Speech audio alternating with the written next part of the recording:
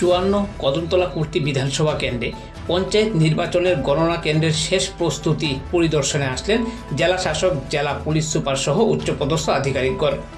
আগামীকাল অর্থাৎ 12ই আগস্ট রাজ্যের সাথে উত্তর ত্রিপুরা জেলাতেও পঞ্চায়েত নির্বাচনের গণনা হবে।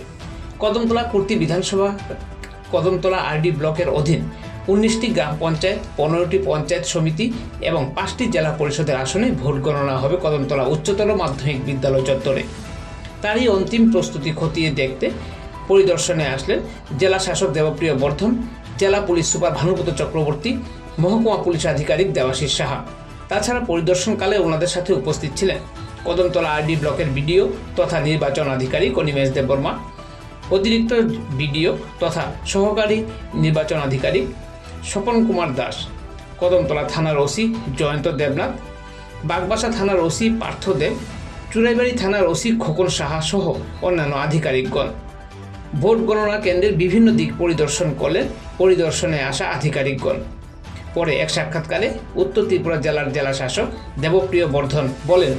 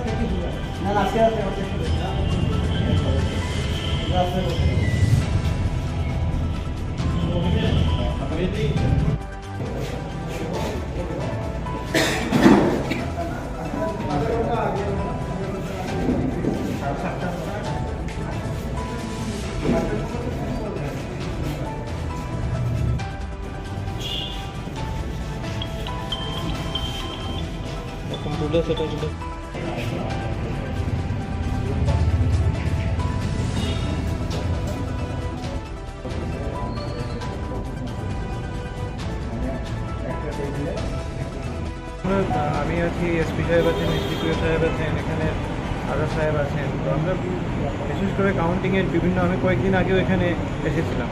তো আমরা কয়েকটা ডাইরেকশন যেগুলি দিয়েছিলাম কাউন্টিং সম্বন্ধীয়, এটা সিকিউরিটি কর্ডন কোনখানে থাকে, কী ধরনের আমাদের নিরাপত্তা ব্যবস্থা থাকে, তো এই সমস্ত কিছু খতিয়ে দেখার জন্যই আমরা আজকে এখানে এসেছি। তো যা দেখলাম এখানে সমস্ত প্রিপারেশন ভালোভাবে নেওয়া হয়েছে।